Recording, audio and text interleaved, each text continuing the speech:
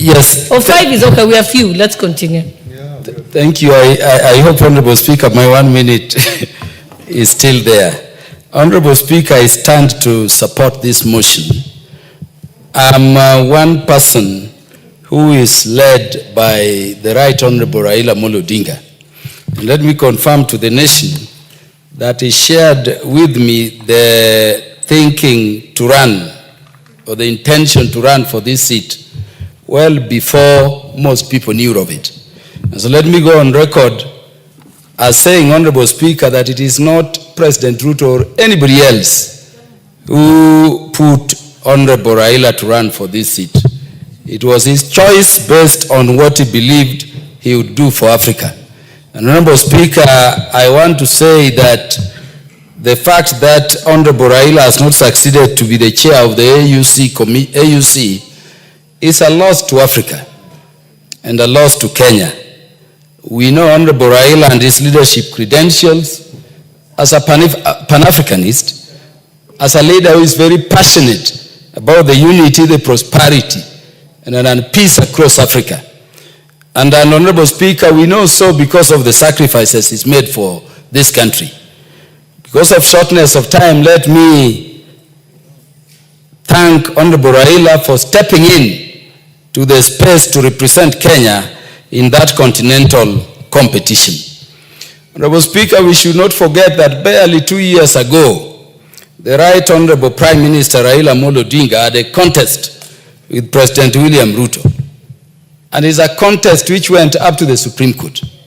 I would therefore not end, Honorable Speaker, without thanking His Excellency the President for the magnanimity he showed in stepping forward to support Prime Minister Raila Odinga in the manner he did, in word and in deed. And Honorable Speaker, in so doing, the President has confirmed that he understands very deeply his role as the head of state for all Kenyans, and is being a symbol of national unity. He has taught us that as a constitutional democracy, once we have elections and you take reins, you stand with every Kenyan wherever they are in whatever bid they are making continentally. I wanted to request these two great sons of Kenyan leaders that they have seen through this contest how Kenyans believe we can be a divided people. Honorable Speaker, we always have athletics. And I can tell you, even in the midst of the post-election violence in 2008, when Pamela Jelimo was winning, although we were in different seats as Kenyans due to the times and the temptations we were going through at the time, we stood up and embraced.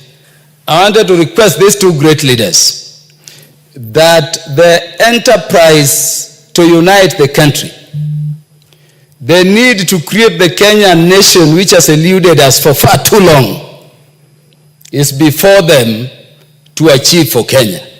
I would be happy, Honorable Speaker, for that day when whichever Kenya it is, as we have been doing with sports, contesting for anything outside of our border, we forget about where we come from, the communities we come from, and we all rally behind them. And so I'm requesting the Right Honorable Raila Amolo Odinga and President William Ruto that this AUC contest is something we need to build on and to unite this country and create one prosperous, equitable, fair country in which all of us are proud to be Kenya. Honorable Speaker, when I returned, I was met by some media people who were asking, now are you going to stop supporting the administration? It is the patriotic duty of all Kenyans to support the government in place. And I wanted to tell those people that I happen to be from the community of Right Honorable Raila Amolo Odinga. I can tell you, in the enterprise of building one Kenya, count on Raila to join hands and to continue to the end with President William Ruto. For those who think that there would be any squabbles between us out of this contest, I've seen naysayers thinking so. Honorable Speaker, let me tell you, we are going to hold the hands of President William Ruto more firmer to build one united country where all of us. For those who ever imagined we will fall. No, I think there are many others who are, but I think the Honorable Kimani Kuria, member for Molo. Thank you very much, And if you Honorable can speak Speaker. in under 5 minutes, should be good. Thank you very much, Honorable Speaker. And from the onset, I would like to congratulate this great son of the Republic of Kenya, the Right Honorable Raila Odinga.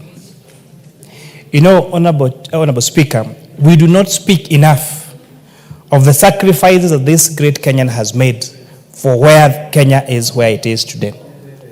The freedom of speech that we celebrate, the multi-party democracy that we celebrate in this country, is one of the fruits that were fought with very painful losses by one Raila Amolo Odinga.